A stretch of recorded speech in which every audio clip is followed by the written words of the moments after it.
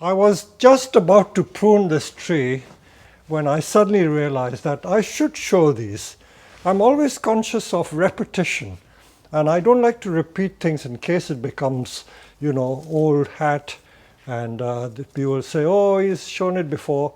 But there's always a case for repetition, because repetition reinforces learning.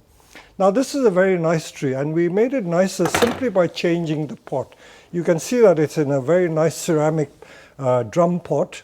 Before it was in a Chinese oval blue pot, but just changing the pot has completely transformed the tree. And of course, the other reason why we put it in a drum pot, because this tree looks nice virtually from every side. If you look at it from this side, it looks nice. And even this side looks nice. So there's so many different possible fronts to this tree. Now, for most people, they would give the right arm for this tree because it looks beautiful. But if you don't take care of it, it will go downhill. So the first thing to do, although it's looking so nice, this was pruned back in March, and now we're in the middle of July, and it has grown quite a lot, but we still need to deal with it. So these new shoots, if you just take the tips off, you can take your time and just go around taking every single tip off, bearing in mind that you've got to still retain that overall shape. I will just say a little thing about wiring as well. The reason why we do this is because we not only stop the growth so that it controls it from getting too big, but it also increases ramification. So those are the two reasons for doing it. So you'll go around doing every single growing tip, and that will keep it under control. Of course, in summer they grow extremely well, so your ficuses, if you're growing it indoors all the time, in the summer I would recommend you put them outside. So the growing tips we're going to take off like this. Now what about wiring? A lot of people like to do wiring, and of course wiring does improve the tree. They are a bit dead snags. With all plants, including ficuses, you do get twigs dying from time to time, so don't worry about that. But if you want to improve the tree, and if you have the time and the patience, you can improve it further by wiring. Let me just bring the correct grade of wire, and I will show you how we go about that. Many of these little branches are no more than like 1 or 2 millimeter, at most 3 millimeter thick. So if you wanted to improve it, you can always do it by wiring the branches down. You can see, left to their own devices, the shoots always grow upwards. They always grow upwards, and you soon will get everything merging into each other. So for instance, with this branch, again, I've got to be so careful choosing the right grade of wire.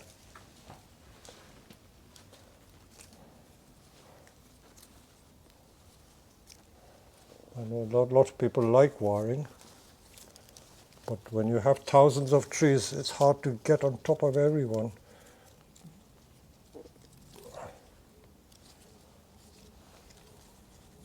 I'm using 1 mil wire, so I'm wiring all the branches downwards.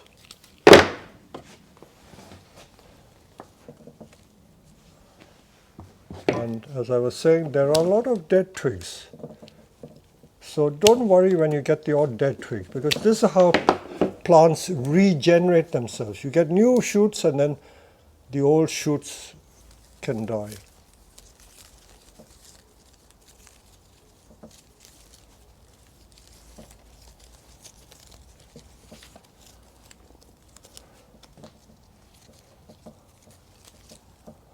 So this is what the general care of ficus entails. So I'm making these branches going down like that, so there are 2 more. So you notice that I'm still practicing the 2 branch principle, finding pairs of branches. So these are 2, so I will wire these 2 together. So everything in pairs.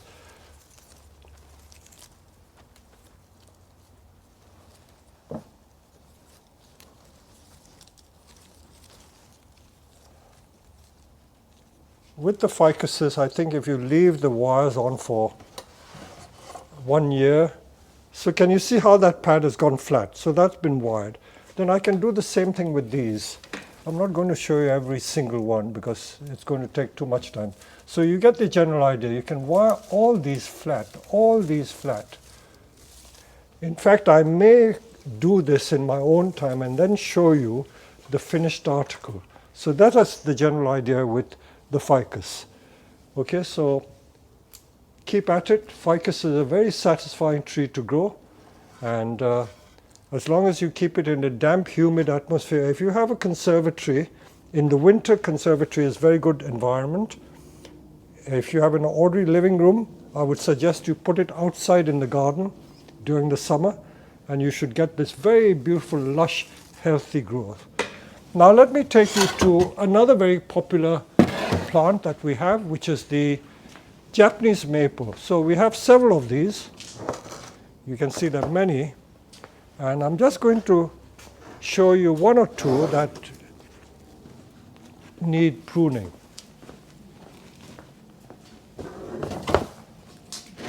So take, for instance, this one. Just shows how vigorous maples are. This is every bit, certainly 30 or 40 centimeter long, all grown in the last 6 weeks, not even that.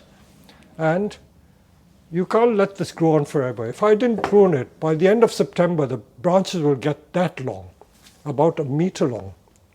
So if you're not very clever at pruning, simply prune the long shoots off, get it back into a dome shape or a ball shape. A lot of people prefer to do this, and they're quite happy with the tree. There you are. It looks more genteel or refined than it was before.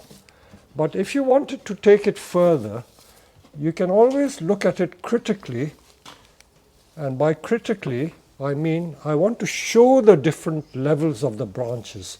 So for this one, you look at it, you can't see the trunk on this maple. So the beauty of this tree is lost. So if I want to show the trunk, anything which is blocking the front I will take off. So that is blocking it. So I've taken that off. This branch is too low. It's also on the inside of the elbow. Generally, branches which are in the inside of the elbow, we don't keep. So this one is inside, I will take off. I'm not saying that there aren't exceptions. Sometimes you can keep the inside of the elbow, but as a rule, the inside of the elbows we don't keep. So my main object is to show the trunk.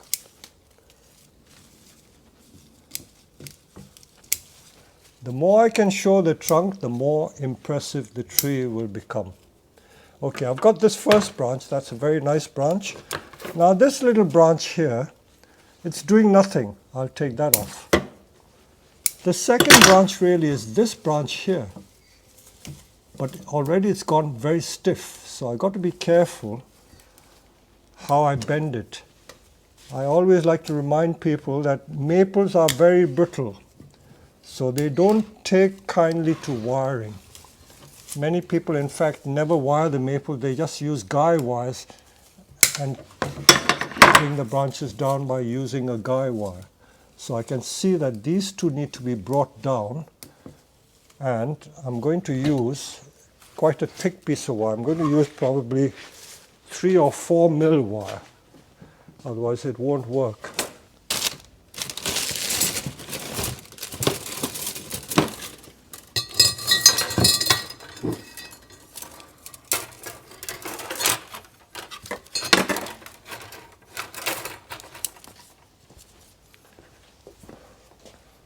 Okay, this is 3.5, I think.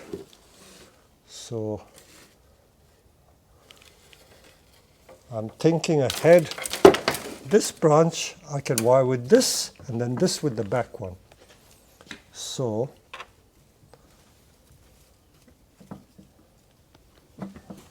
Remember again, 2-branch principle every time. It's only very, very seldom if there are no matching branches, then wire one on its own or stick it in the soil. But wherever you can get 2 branches, wire the 2 together.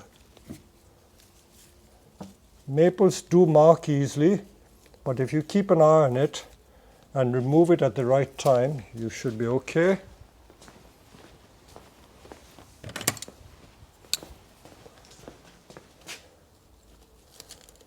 Of course, once you've set the branch, it should stay like that for the next 10 years. Okay, I've got it flat. So I've separated the branch by doing that. Now this other branch,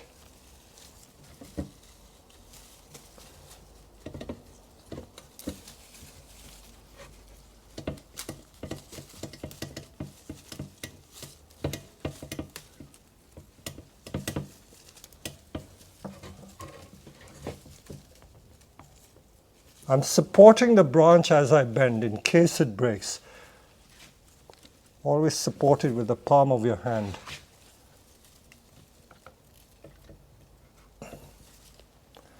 So anything pointing downwards, we remove. And then there's that one at the back.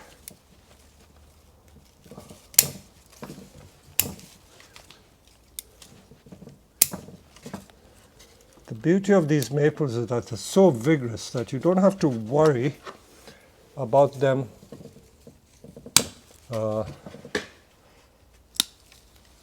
not producing shoots. You'll get new shoots very, very easily.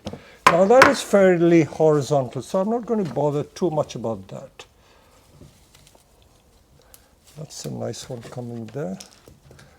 Occasionally you get what we call rogue shoots. If you come close, you will see that this branch is very thick, and if you were to let that grow on forever, you could get a problem, not just with the inverse taper, but it could dominate and take over as a new leader. So you've got to watch very thick branches. So I have to decide whether I take that off or not. I'm also looking at the rest of the tree. There's another thick branch there. If you can come in and see, there's another thick branch there going that way. And that can cause inverse taper there. It's not making a new leader, it's going out that way. So I've got to, what we call, bite the bullet and take that off. See how much we've taken off. And then this one, if I take it off, it may become too bare. So I'm just going to take some of these unwanted shoots that are growing and let it grow out that way. And then there's another thick branch going up in that direction. I'm going to take that off. So that branch is going horizontally, which is what I want. So you see I'm creating the classical shape. Okay, let's wire those two.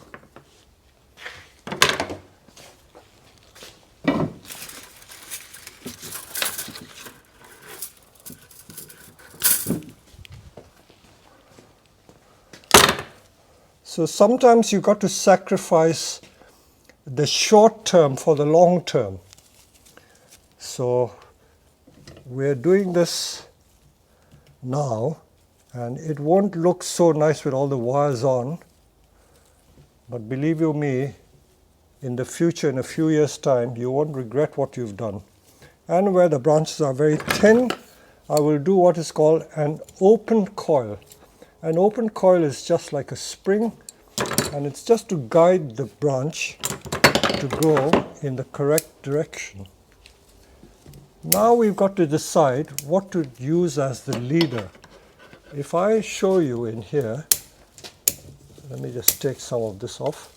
I've got that straight one going up as a leader, and this one coming forward at a 45-degree angle, also a possible leader. So I've got to decide which of these two I'm going to use. So I'm just trying to imagine what's going through your mind. I can't hear what you're thinking and saying to yourself, but you must be deciding what to do. So we've got a choice of this and this. And for my money, I'm going to take a very drastic decision. I'm going to take that tall one off. I'm going to take this tall one off and make this the leader like that. And because there are some other thick branches there, I'm going to take that off as well.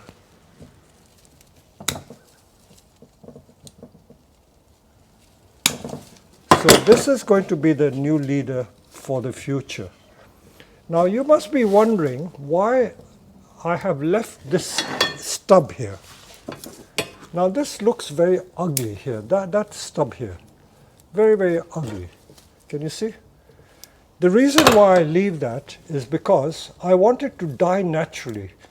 If I were to make a sloping cut like that, it may lose so much moisture that the leader could die. So it may look ugly at this point in time, but I'm going to leave this stub to let it die naturally and let that take over. So that is the safer thing to do. Not many people like doing it because it doesn't look nice for the time being, but for the future it is important to let it die back naturally in case the leader dies. I've had it happen before, so I'm always very careful about doing that. So although we are now in, I think this is almost the middle of July, there's still a lot of growing season left. So this tree is still going to grow. So this is the classic S shape with all the branches in the correct position. And if you like, you can then seal these cuts. And this will be a well-structured tree for the future. So this is how one deals with these. So although it is very tempting to have a nice bushy tree, well, it's up to you. The tree is yours. And just have a tree like that rather than have one like this. But this is what you have to do. So we have another one which is here, and I don't know whether to show you this or not, but this one has even more problems. Even more problems. I think I should just show you one more, because every tree is different. I always say that trees are like human beings. No two human beings are the same. Even identical twins are not always the same. So every tree is different. So although they're all maples, this tree and that tree is quite different. Now, looking at this tree, okay, it may have a nice ball shape, potentially a nice S shape, but there are some vigorous shoots. Because maples are such vigorous trees, this is the original S shape. But you look at this thick branch here, and there's another thick branch there. Two thick branches. Now for the future of the tree, those two thick branches are not compatible with the rest of the design of the tree, because these branches are almost as thick as the trunk itself. So as I've said before, you need the contrast between thin branches and the trunk so that you can emphasize the thickness of the trunk.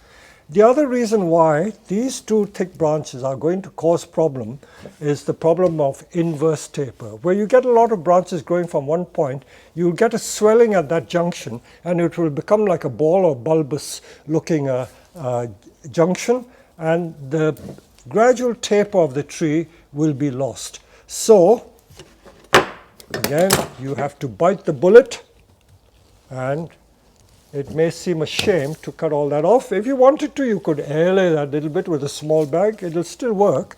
Small air layerings are possible. And this thick one also, I'm going to take off. There you go. We've taken that off. And now you can see the beauty of the trunk of that tree. Lovely trunk line. Now this is going in the wrong direction. I'm going to take that off. And in this case, because this is not the leader, not the top, I can safely take it close back, but I'm also going to seal it. I'm going to seal it so that I won't have moisture loss, which can cause death of the branch. If you look closely, you can already see the start of the inverse taper. You see how this part is already getting thicker than that trunk. See the junction, because there are two thick branches there. So inverse taper was already beginning to show. And that is why it was so important to remove that. And then we can wire this down. And of course, the S-shape continues all the way to the top. I will take it all the way to the top. If you didn't want to, you can cut it there also and make that the leader. So you have a choice of several. But I will probably let it grow into a bigger tree, and then I will take this one off.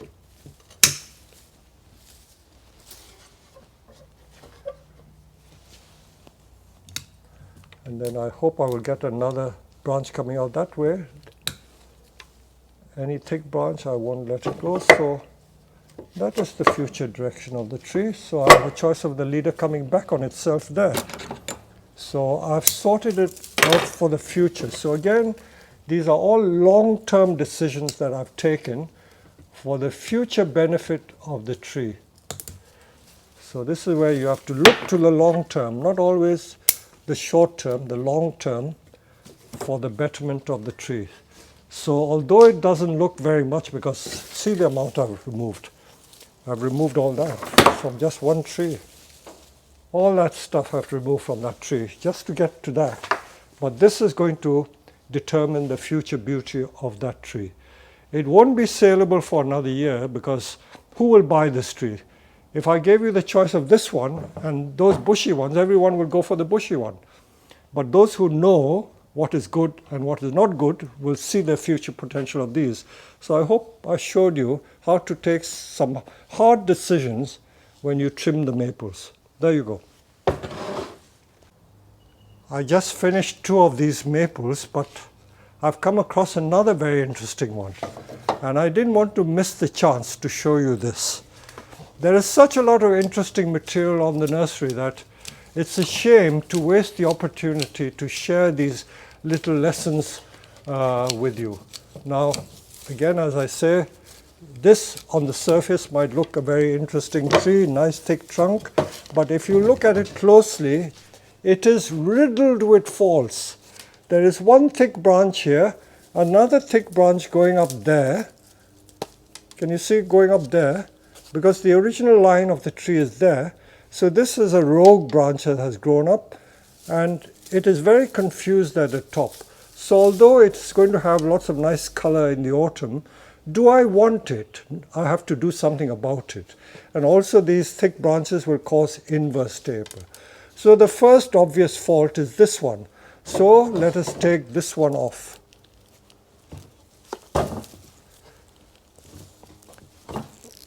Maple wood is quite hard.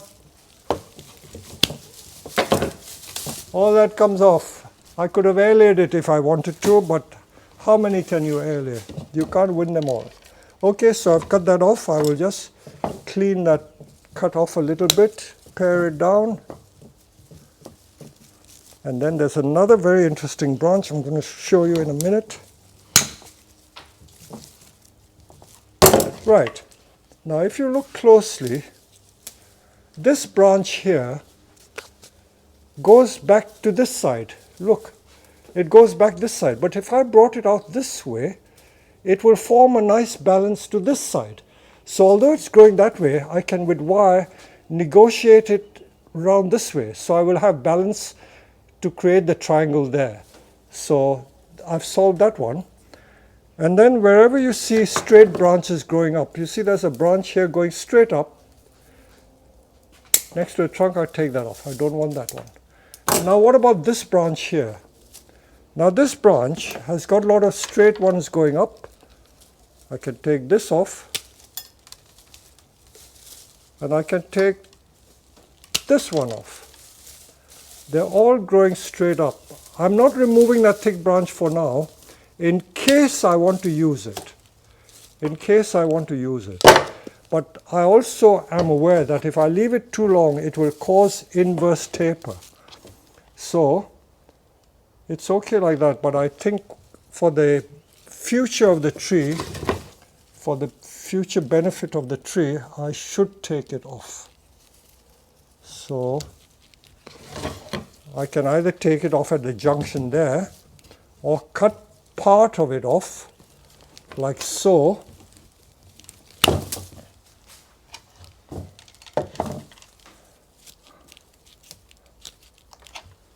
That means I can still have this one going there.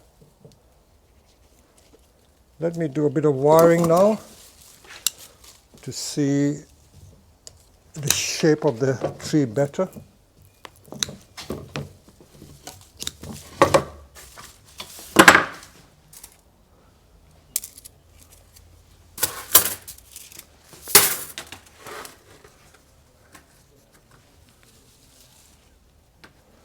And decide what grade of wire to use. So even I have to decide. It's not that easy.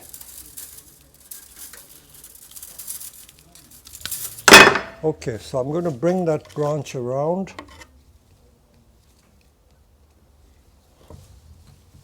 But I want to anchor it onto something. So the anchor I'm going to produce by doing that, going up the trunk onto this branch.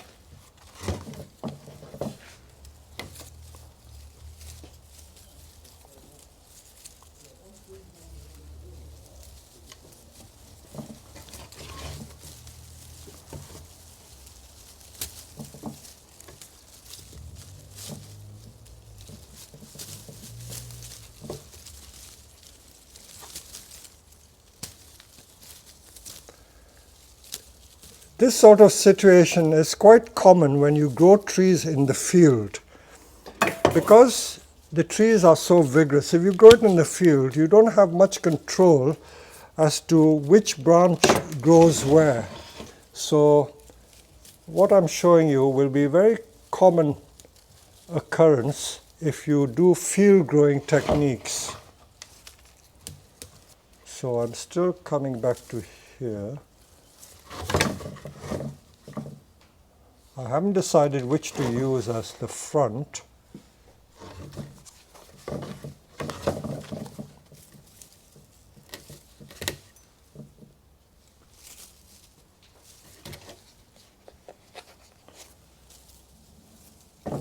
I don't want to cut off branches prematurely. Obvious faulty ones I will cut off. Now if you look at this situation here, there's a vertical branch, there's a horizontal branch. So I don't want the vertical one, so I get rid of that one. So always by method of elimination. If you eliminate things a step at a time, the solution will solve itself, or the solution will find itself.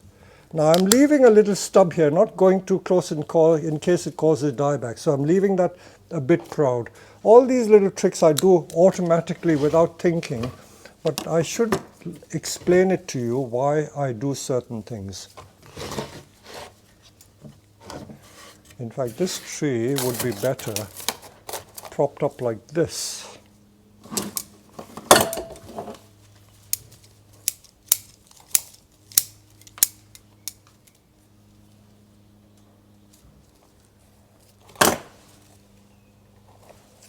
Okay, so by propping it up, I'm more or less saying to myself that the future of the tree is going to be like so.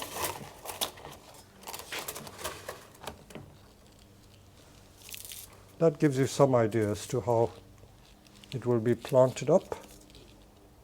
That branch is okay. There's a thick branch there. I'm not too worried. If I take it off completely, I may not have anything else. Or I might take it off because it may cause problem for the future. I'll take that thick branch off. So I've done a lot of thinning now. Quite a lot of thinning. So I think I've more or less sorted the problem out. all those thick branches. So that's the future of the tree, from which we took off these very, very thick branches, 1, 2, 3 thick branches, 4 thick branches. So we've ended up with something looking like this. Okay.